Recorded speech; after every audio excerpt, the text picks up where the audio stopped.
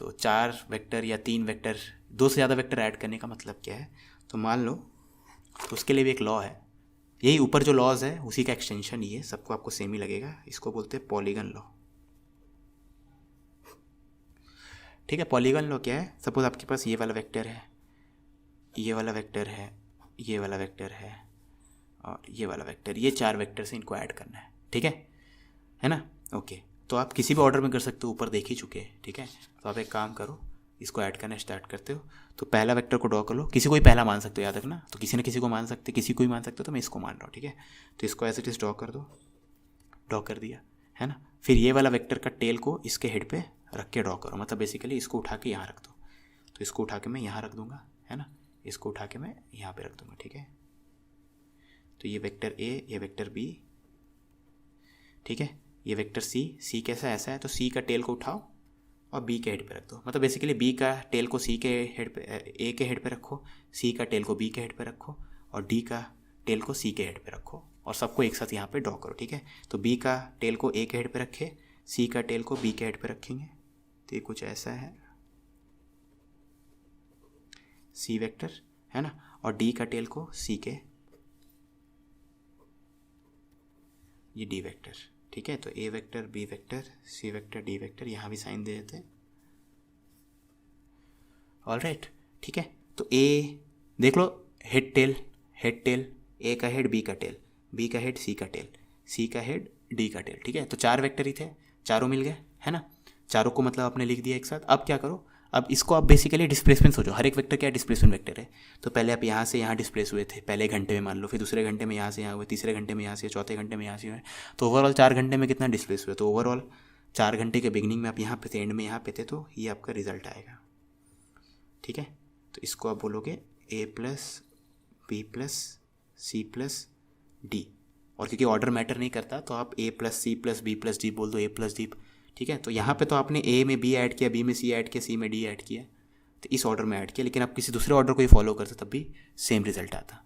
ठीक है, तो result will not depend on the adder order in which you add the vectors. ठीक है, तो इसको बोलते हैं पॉलीगन लॉ, क्योंकि यहाँ पे एक पॉलीगन जैसा चीज जनरेट हो गया है ना। तो अगर ये सब चीज़ आप अगर डिस्प्लेसमेंट वेक्टर के टर्म में सोचो, ऑल्दो ये रिजल्ट सब बाकी वेक्टर्स के लिए भी ट्रू है, लेकिन अगर डिस्प्लेसमेंट टर्म में सोचो तो बहुत आसान है इनको फील करना। ठीक है, तो कितने ही वेक्टर्स दे दे, सबको head tail head tail head tail जैसा कनेक्ट कर दो किसी भी ऑर्डर में आपका मन, और फिर जो सबसे पहला वेक्टर का टेल से लास्ट वेक्टर के हेड तक ड्रॉ कर दोगे तो उसको बोलोगे रिजल्ट। ठीक है, ये रिजल्ट है, तो आप यहाँ से स्टार्ट किए, पहला घंटे में इतना डिस्प्लेस हुए, दूसरे में इतना, तीसरे में इतना, चौथे में इतना, ऑल तो मैं डिस्प्लेसमेंट को यूज़ करके समझाने की कोशिश कर रहा हूँ, लेकिन आप कोई वेक्टर चूज़ कर सकते हो। रिजल्ट क्या आएगा, आप ओवरऑल इतना डिस्प्लेस हुए होंगे, नेट डिस्प्लेसमेंट आपका ये वाला वेक्टर होगा। ठीक है, ओके, और ऑर्डर पे डिपेंड नहीं करता, तो मैंने ए के ऊपर बी रखा, बी के ऊपर सी, आप किसी के ऊपर भी किसी को रखो, ए के ऊपर सी को रख दो, फिर बी को रखो, फिर डी को रखो, या फिर डी से स्टार्ट करो, डी के ऊपर बी को रखो, फिर सी को रखो, फिर ए को रखो, फाइनल रिजल्ट यही आएगा। कैसे भी ट्राई करना होगा आप कर लेना। ठीक है, ओके, तो ये हो गया पॉलीगन लॉ, है ना। अब ये जो कम्यूटेटिव की बात किए थे, कम्यूटेटिव बाकी देखते हैं और क्या चीज़ कम्यूटेटिव है। ठीक है ना, तो पॉलीगन लॉ आपको समझ में आ गया होगा। तो एक काम करते हैं, अब देखते हैं क्या डॉट प्रोडक्ट कम्यूटेटिव है। तो डॉट प्रोडक्ट में क्या होता है, ए डॉट बी अगर निकालेंगे तो ये हो जाएगा पहले वेक्टर का मैग्नीट्यूड इंटू दूसरे वेक्टर का मैग्नीट्यूड इंटू कॉस थीटा। ठीक है, लेकिन अगर हमें बी डॉट ए निकालना रहे तो पहले वेक्टर का मैग्नीट्यूड तो बी हो गया यहाँ पे, दूसरे वेक्टर का मैग्नीट्यूड ए हो गया। अब ए और बी के बीच का एंगल है थीटा, तो अब बी और ए के बीच का एंगल भी थीटा ही होगा। ठीक है, तो आप देख सकते हो ए बी कॉस थीटा, यहाँ पे भी ए बी कॉस थीटा, क्योंकि ये चीज़, ये तीनों तो स्केलर है, इनका ऑर्डर मल्टीप्लिकेशन में डिपेंड नहीं करता, मतलब ऑर्डर स्केलर का ऑर्डर किस ऑर्डर में स्केलर्स को मल्टीप्लाई करे वो मैटर नहीं करता। तो आप बी ए कॉस थीटा को, A B cos theta same है, तो ये दोनों क्योंकि सेम है, therefore A dot B is equal to B dot A, यानी डॉट प्रोडक्ट जो है वो भी कम्यूटेटिव है, यानी किस ऑर्डर में आप डॉट प्रोडक्ट निकालो मैटर नहीं करता, ए डॉट बी निकालो या बी डॉट ए निकालो, दोनों सेम चीज़ है। ठीक है, तो डॉट प्रोडक्ट भी हम लोग देख लिए, therefore dot product is commutative, dot या स्केलर प्रोडक्ट इज कम्यूटेटिव। ठीक है, तो अब एक काम करो, वीडियो को पॉज करो और मुझे बताओ कि इज क्रॉस प्रोडक्ट कम्यूटेटिव, यानी क्या ए क्रॉस बी क्रॉस ए के बराबर है। ठीक है, ये मुझे वीडियो पॉज करके बताओ, 1 मिनट का समय लो, बताओ। ठीक है, ओके, तो आई होप आपसे बन गया होगा। अब जिनसे नहीं बना हो चेक कर ले जो मैं बता रहा हूँ। ए क्रॉस बी और बी क्रॉस ए, अगर ये दो वेक्टर्स इक्वल है तो दोनों का मैग्नीट्यूड भी इक्वल होना चाहिए और दोनों की डायरेक्शन भी इक्वल होना चाहिए। तो मैग्नीट्यूड वाइज देखें तो ए क्रॉस बी का मैग्नीट्यूड होता है ए बी साइन थीटा, ठीक है। और इसी चीज़ को आप बी ए साइन थीटा लिख सकते हो और ऐसे लिख दिए, मतलब ये हो गया बी क्रॉस ए का मैग्नीट्यूड। तो मैग्नीट्यूड वाइज तो ए क्रॉस बी और बी क्रॉस ए दोनों इक्वल है। बी क्रॉस ए का मैग्नीट्यूड मतलब क्या, पहला वेक्टर बी हो जाएगा, दूसरा वेक्टर ए हो जाएगा और उनके बीच का एंगल का साइन, ठीक है। तो ए क्रॉस बी का मैग्नीट्यूड बी क्रॉस ए के बराबर है, बी क्रॉस ए के मैग्नीट्यूड के बराबर है, मतलब ये दोनों वेक्टर्स का लंबाई तो सेम है ना, मैग्नीट्यूड सेम है, क्या डायरेक्शन सेम है।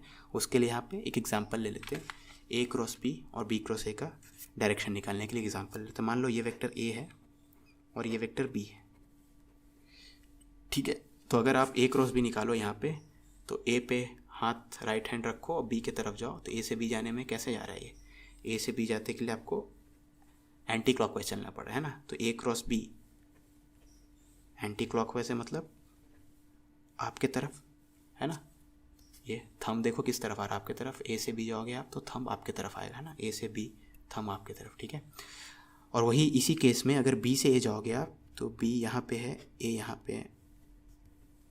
अगर बी से ए जा रहे तो देखो ए क्रॉस बी के लिए आपको एंटी क्लॉकवाइज चलना पड़ता है, लेकिन बी क्रॉस ए अब देखोगे तो बी क्रॉस ए का डायरेक्शन अपोजिट है, उसमें थंब उल्टा आएगा। तो मैं यहाँ पे दिखा नहीं पाऊँगा लेकिन आपको समझ में आ रहा होगा। आप राइट हैंड लो और बी से ए की तरफ जाओ तो थंब आपका नीचे आ रहा होगा, ठीक है। बी से ए जाओगे तो थंब नीचे आएगा, ए से बी जाने में थंब ऊपर आ रहा है और बी से ए जाने में थंब नीचे आ रहा है, ठीक है। तो ऊपर आ रहा है मतलब ये पेन के पॉइंट जिस तरफ पेन का टिप पॉइंट करो, और नीचे जा रहा है मतलब फिर से पेन का टिप जिस तरफ पॉइंट करो, है ना। तो बी क्रॉस ए और ए क्रॉस बी का डायरेक्शन अपोजिट है, लेकिन दो वेक्टर तो तभी इक्वल होते हैं जब उनका मैग्नीट्यूड भी इक्वल हो, डायरेक्शन भी इक्वल हो।